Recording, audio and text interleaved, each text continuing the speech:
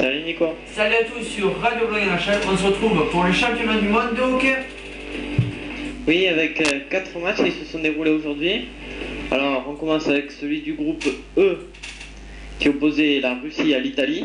Ouais. Et les Russes devant leur public qui se sont à nouveau imposés facilement, 3 buts à 0. Oui, 3 buts à 0, bon c'est pas un énorme score face à cette équipe d'Italie, plutôt faible, mais les Russes ont assuré leur coup.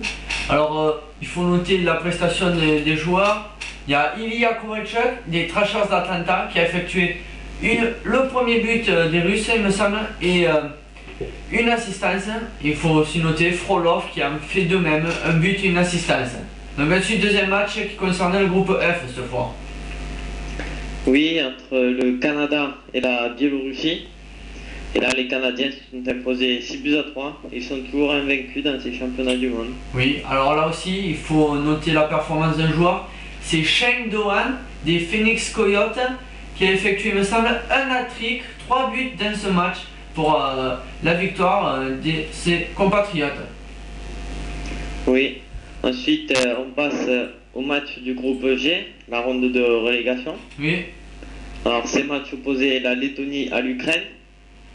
Et les Lettons se sont imposés facilement, 5 buts à 0. Oui, 5 à 0, gros score. Hein. Oui, pourtant il n'y a pas tant d'écart entre ces équipes quand même. Oui, donc on voit bien la détermination des Lettons qui n'ont pas envie de redescendre dans une division inférieure. Hein. Oui. Donc Et ensuite, l'autre match de cette ronde de relégation, ce match opposait l'Autriche à la Norvège. Et ce sont les Norvégiens qui sont imposés 3 buts à 2 en prolongation. Oui, là, tout au contraire, un match assez serré, assez fermé, qui s'est fini en prolongation comme tu l'as dit. Donc toute autre physionomie. Oui. Et les Norvégiens qui sont assurés de prendre 3 points là, 3 points importants pour le début de cette poule de relégation. Donc au niveau des groupes, donc dans le groupe E, on a donc la Russie qui a remporté son match et qui est donc deuxième avec autant de points que les Suédois, mais un différentiel de but moins important. Donc la Suède premier, la deuxième Russie, troisième la Finlande avec 6 points, quatrième la Suisse avec 3 points, et ensuite on a l'Italie et le Danemark, tous deux avec 0 points, et qui sûrement, on le savait déjà, ils ont une maigre chance dans ce groupe E, mais il faut quand même souligner leur présence. Du côté du groupe F. Du côté du groupe F, le Canada, grâce à sa victoire, a pris la tête de ce groupe avec 9 points et un différentiel de but de plus 8. Deuxième, on retrouve la République tchèque avec 6 points. Troisième, c'est les USA, 6 points également. Ouais. Quatrième, la Slovaquie avec 3 points, un différentiel de but de plus 1.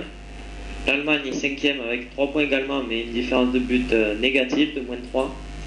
Et en dernière position, on retrouve la Biélorussie avec aucun point marqué, une différence de but de moins 13. Oui, là aussi pour la Russie, ça sent moins bien embarqué pour arriver à sortir de cette poule. Donc ensuite, on a au niveau du tour de relégation, la Lettonie et la Norvège qui sont donc sortis du lot avec 3 points chacun. Hein. Oui, facilement. Les Norvégiens et les Lettons sont imposés, donc oui, et derrière, on a une bonne option pour éviter la relégation. Oui, et derrière, en troisième et quatrième position, on a donc l'Autriche et l'Ukraine avec 0 points. Donc en ce qui concerne les matchs de demain.